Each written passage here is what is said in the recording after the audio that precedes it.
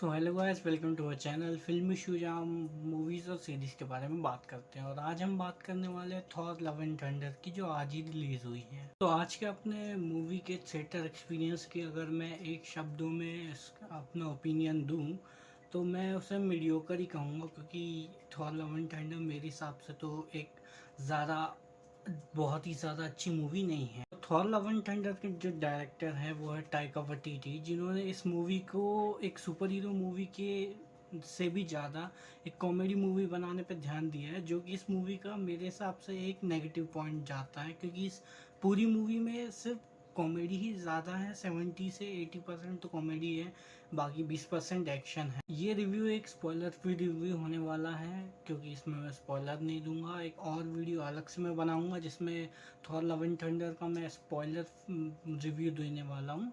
इस मूवी में मैं ज़्यादातर अपना पूरा एक्सपीरियंस ही आप लोगों के साथ शेयर करने वाला हूँ, तो ये एक पूरा स्पॉइलर फ्री रिव्यू होगा, तो आप आराम से इसे देख सकते हैं। बिना स्पॉइलर दिए अगर मैं थॉर लव एंड थंडर की समरी आप लोगों को देना चाहूँ, तो ये एक ऐसी मूवी है जिसमें गॉड द गॉड बुचर इसका मेन विलन है, जो भगवानों को मारता है। और इसी तरीके से, क्योंकि थॉर भी अपना एक भगवान ही है, तो वो उसके रास्ते में आएगा, उन दोनों की आपस में लड़ाई होगी। इस मूवी में जेन फॉस्टर जो थी, जो थॉर 1 से हमें थॉर के साथ दिख रही हैं, जो थॉर की गर्लफ्रेंड थी, ये इस मूवी में माइटी थॉर का रोल निभा रही हैं। और इसमें वेलकरी भी है। तो जैसा कि मैंने पहले भी बताया है कि मैं कॉमिक बुक का एक बहुत बड़ा वाला रीडर तो हूँ नहीं, लेकिन जहाँ तक मुझे गॉड द गॉड बुचर के बारे में पता है, वो एक बहुत ही खतरनाक कैरेक्टर है जो बेरहमी से भगवानों को मारता है। लेकिन इस मूवी में मुझे वो ज़्यादातर एक डरा हुआ भगोड़ा सा लगा, जो भागते फिर रहा है थॉर से। तो मेरे हिसाब से गौर के साथ जो जस्टिस होना था वो हुआ नहीं है, क्योंकि ज़्यादा तब तो गौर के सीन भागते हुए शूट हुए हैं और इतना सीरियस भी नहीं है। लेकिन इसमें जो क्रिश्चियन बेल की एक्टिंग है उसके बारे में मैं कोई सवाल नहीं करना चाहता, क्योंकि जितने भी सीन में गॉड द गॉड बुचर आया है वो सीन्स इस मूवी के सबसे बेस्ट सीन में से एक है। तो बात करते हैं हम इस मूवी के मेन कैरेक्टर के बारे में, जो है थॉर, जो इस पूरी मूवी में सिर्फ एक जोकर बना के रखा है जिसको, क्योंकि वो पूरी मूवी में सिर्फ जो फनी मोमेंट है उसमें ही आता है। और जितनी मेरी उम्मीद थी थॉर से इस मूवी को लेके, वो सब कुछ पे तो पानी फिर चुका है, क्योंकि थॉर के इतने कोई सीन थे नहीं, उसको एकदम ओवर शैडो कर चुके हैं जो गॉड द गॉड बुचर है और अपनी जेन फॉस्टर का माइटी थॉर है, वॉल्करी है, ये सब ओवर शैडो कर जाते हैं। अब बात करते हैं इस मूवी के सेकंड मेन हीरो की, जो है जेन फॉस्टर का माइटी थॉर। तो जेन फॉस्टर की जो एक्टिंग है मुझे बहुत ही बढ़िया लगी। उनने जो अपने एक्शन सीन्स हैं, उनकी जो बॉडी वॉडी बनाई है, वो मुझे बहुत अच्छी लगी। वो बहुत खूबसूरत दिखी है। जितने भी सीन्स है उसमें, इमोशन सीन्स में उनने उतनी ही खास एक्टिंग की है।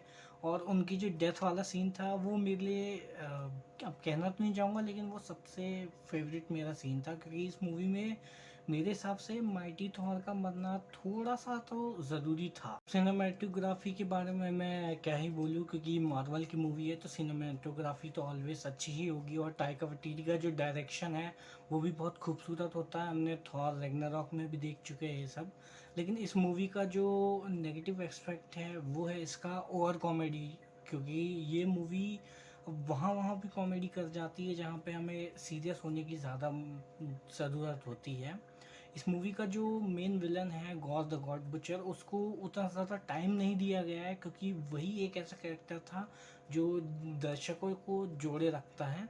लेकिन उसी को बहुत कम टाइम दिया गया है, लेकिन जितना भी दिया है क्रिश्चियन बेल ने उसको बहुत बखूबी तरीके से निभाया है। एक और चीज़ मैं अपने तरफ से कहना चाहूँगा कि जो इस मूवी में जो ज़्यूस का कैरेक्टर दिखाया है, देखिए मैंने ज़्यूस के कैरेक्टर को 3 जगह पे मेनली देखा हुआ है। पहली जगह पे एक है डीसी की जस्टिस लीग मूवी में जैक स्नाइडर वाली, एक मार्वल मूवी में इसी वाली थॉर लव एंड थंडर में, और एक गॉड ऑफ वॉर के गेम में। तो इसमें से मुझे जो गॉड ऑफ वॉर का गेम है उसको तो आप साइड में ही रख दीजिए, क्योंकि उसमें जो ज्यूस बताया वो तो ओवर से भी ओवर पावर है वो ज्यूस।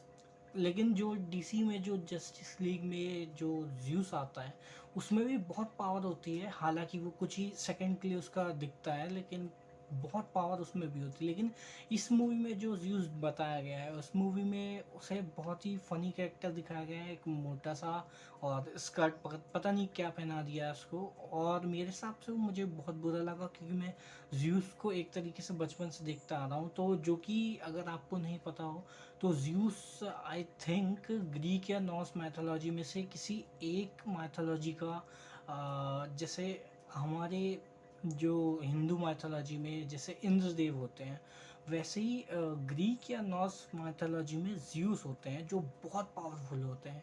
और इस मूवी में उन्हें एक मजाक बना के रख दिया है। हाँ, लास्ट में एक पोस्ट क्रेडिट सीन है जिसके बारे में हम अलग से बात करेंगे। इस मूवी में बहुत सारा पोटेंशियल था, अगर ये movie one of the best movie बन सकती थी मार्वल की, लेकिन ये मूवी एक मीडियोकर मूवी रह गई, सिर्फ मेरे हिसाब से ज़्यादा कॉमेडी और कम एक्शन की वजह से। जितने भी एक्शन सीन्स हैं उसमें बस थॉर का जो मेयोनीर और स्टॉर्म बेकर वाले सीन्स हैं, बस वही है गिने चुने। और वो मूवी वो सीन्स तो हम बहुत सारी मूवीज़ में देख चुके हैं, लेकिन इस मूवी में हमें जो मेन देखने की जो चीज़ थी, वो मैं तो पर्सनली ये देखना चाहता था कि गॉड द गॉड बुचर कैसे, जो और भी गॉड गॉड जो होते हैं उनसे कैसे सामना करता है, उनको कैसे मारता है, उसमें कितनी पावर है। लेकिन ये सीन्स तो दिखाए ही नहीं गए। मतलब एक होता है कि एक आध सीन तो दिखा भी दो।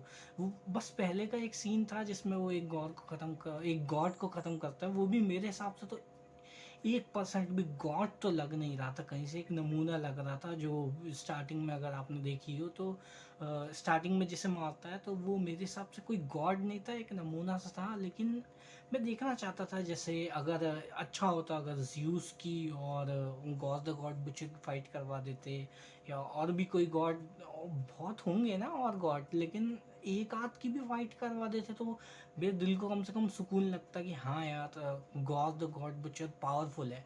लेकिन एक भी सीन नहीं है। मतलब आप इतना मेन कैरेक्टर उठा रहे हो एक कॉमिक बुक से, और आप उसे किस काम के लिए लगा रहे हो?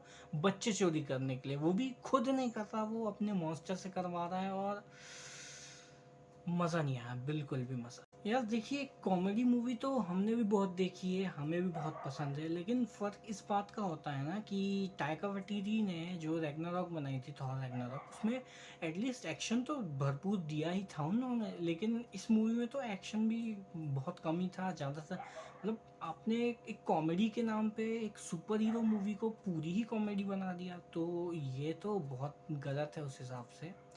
तो थॉर रैग्नारॉक मेरे हिसाब से one of the best Thor movies हैं।